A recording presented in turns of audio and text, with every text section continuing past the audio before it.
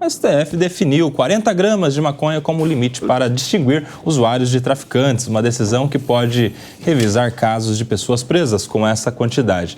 Segundo o ministro Barroso, é viável pedir revisão para quem foi detido apenas por porte da substância, sem ligação com o tráfico. A medida é efetiva imediatamente, ela se torna efetiva imediatamente após a publicação da decisão e impactará processos pendentes, enfatizando que a lei, ao retroagir, deve beneficiar o acusado. A decisão também considera a análise de provas circunstanciais em casos abaixo do limite. Vamos resumir. Depois dessa definição do STF de que, neste critério, 40 gramas, até 40 gramas, há uma presunção de que a pessoa está portando para uso próprio, claro que ressalvados algumas outras circunstâncias, como se tem anotação, se tem outras espécies de drogas, enfim, há uma presunção de que ele estaria portando para uso próprio. A partir da publicação desse acórdão, meu amigo Felberg, certamente teremos uma enxurrada de ações judiciais revisionais nos processos que estão em trâmite, naturalmente, petições pedindo a aplicação do que foi decidido pelo STF, pessoas que estão presas podem se tornar pessoas soltas, aqueles considerados traficantes passarão a ser considerados, muitos deles, usuários. E o impacto disso na sociedade, na sua avaliação? Você acha que a gente pode caminhar aí para muitos, hoje condenados ou respondendo pelo tráfico de drogas, sendo a partir de agora considerados usuários? Sem dúvida alguma. A consequência natural será essa. Como você já bem observou, e esse é um tema que está voltando à tona, a questão da retroatividade da lei penal para benefício, não para prejuízo. O doutor Januzzi, criminalista, também sabe disso. A consequência direta é que, se houver uma alteração do paradigma, isso deve sim beneficiar os que estão condenados. É um critério objetivo, né? Os critérios objetivos são bons, mas não são únicos. Eu acho que tudo tem que ser analisado a nível de casuística. Você imagina que, por exemplo, uma cidadã, mãe de família, tendo 42 gramas de cannabis em casa, por exemplo, por esse critério objetivo, pode ser considerada traficante.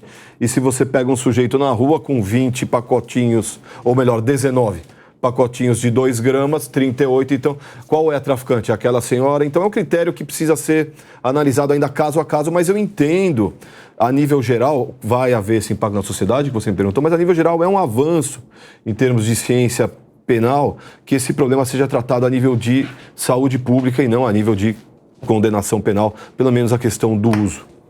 Maurício Januzzi, nosso criminalista, então, e aí? 40 gramas. Por que chegou a esse critério? Eu até o momento não entendi, porque 40 e não 30 ou 50. Me parece algo bastante achismo, né? É aquilo que a gente chama de direito lotérico, né? Vamos jogar um número e vamos ficar no 40 gramas. Ouvi dizer também que se ele for pego com uma balancinha ou com trocados, ele já não é, mesmo com as 40 gramas, já não é mais considerado o usuário.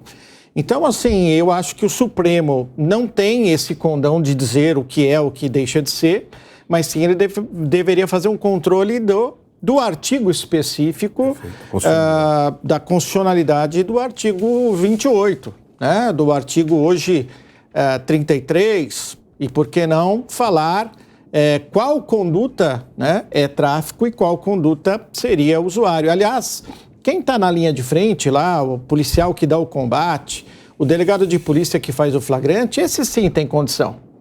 Me parece que os nossos ministros do Supremo, eles vivem num mundo paralelo, na minha opinião. Eles vivem numa bolha em que eles não sabem o que é o tráfico, não sabem o que é o usuário. O mais interessante é assim, eu sou pego com 40 gramas de maconha, eu sou usuário.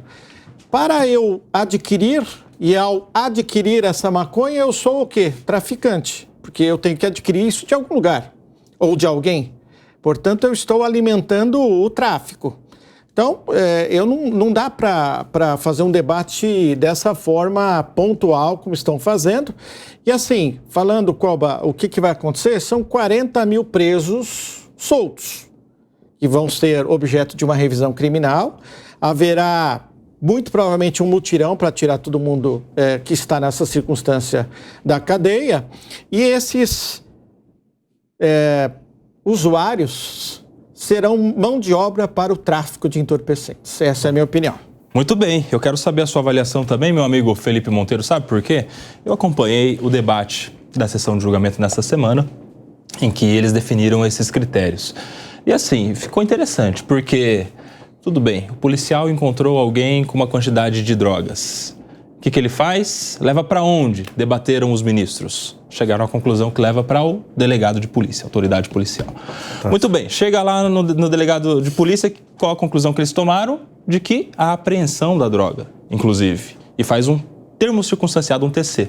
E aí começaram a debater, o senhor, tudo bem, agora não há mais ilícito penal, há um ilícito administrativo, há uma descriminalização, mas continua sendo proibido administrativamente. Quem é que vai julgar, portanto, este ilícito administrativo? Chegaram à conclusão de que o juiz do juizado especial criminal, que é onde se julga o crime de porte de drogas para os pessoal. Não é mais um ilícito penal, mas continua sendo um ilícito administrativo que é julgado por um juiz de direito criminal. E quem faz... a declaração é o delegado de polícia. Exato. Quer dizer, deixa de ser crime, mas não é ilícito.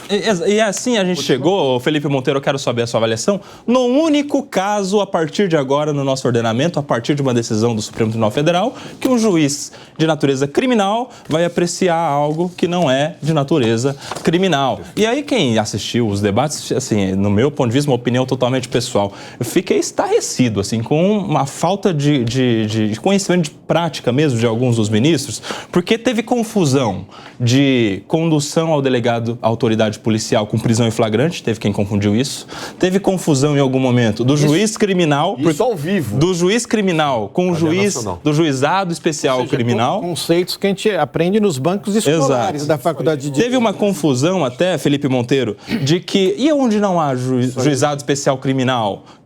Como ficará então como se o juizado especial criminal fosse um prédio chamado juizado especial criminal e não um procedimento da lei que qualquer juiz daquela comarca, segundo as regulamentações do tribunal em específico, lhes dão o poder de julgar sobre esse rito. Felipe Monteiro, tá meio do mesmo jeito, né? E aí? Só não tem natureza penal. Como é que você avalia essa novidade sui generis no nosso ordenamento? Eu entendo que continuou com natureza penal, sim. Eu entendo que quem fez a despenalização e a diferenciação entre usuário e traficante foi o próprio Legislativo, no artigo 28 da Lei Antidrogas, não é, que prevê penas, né, administrativas para quem é usuário de drogas. E 40 gramas não foi encontrado esse número à toa, não, aleatoriamente não. Sim. Quando você pega o relatório do CNJ, olha que impressionante, isso que me deixa revoltado. Não sei como é que você, Nelson, os meus colegas ficou revoltado com esse dado. O CNJ, ele pegou todos os casos, todas as ocorrências, né, do Brasil todo relacionado a tráfico de drogas em que não há outro elemento probatório, somente a quantidade de droga que a pessoa carrega contigo. Então, o primeiro ponto que é completamente equivocado. Se tiver elemento probatório que a pessoa é traficante com 1 grama de maconha, a pessoa vai presa como traficante. Então, a ideia de você colocar um valor, né, de gramas é somente quando não há nenhum outro tipo de elemento comprobatório, só há somente a droga carregada pela pessoa. Então, olha o que diz o relatório do CNJ. O analfabeto é considerado traficante, não usuário, quando ele carrega mais de 32 gramas. Uma pessoa de ensino médio é considerada traficante, não usuário, quando ela carrega 40 gramas. Está aí os 40 gramas que o STF resolveu definir. Mas não foi e a pessoa de curso superior só é considerada traficante se carregar mais de 49 gramas. Ou seja, há uma desigualdade clara entre os indivíduos quando se trata de definir pela autoridade policial quem é usuário e quem é traficante. E há milhares de casos desse no Brasil todo. Então eu vejo com naturalidade que o STF, que é o gargalo institucional do Brasil, ao invés de resolver cada caso concreto, defina uma regra, né, caso o Legislativo não consiga definir. Então eu vejo com naturalidade isso. E uma coisa que me causa revolta ainda mais, teve um estudo que foi publicado semana passada pelo INSPER, que dizia o seguinte, que 31 mil negros foram considerados traficantes com critérios Se fosse dado critérios para pessoas brancas consideradas usuários, ela seria considerada usuário não traficante, né? Ou seja, isso causa revolta. Então, se tiver que fazer um revisionismo do processo e liberar essas pessoas que foram presas injustamente por serem negras e não terem escolaridade, que faça. Qual que é o problema? Qual o problema da justiça revisar essas injustiças todas? Porque, infelizmente, no Brasil, a pessoa é considerada traficante se ela é negra e de baixa escolaridade. É o que diz o relatório do CNJ.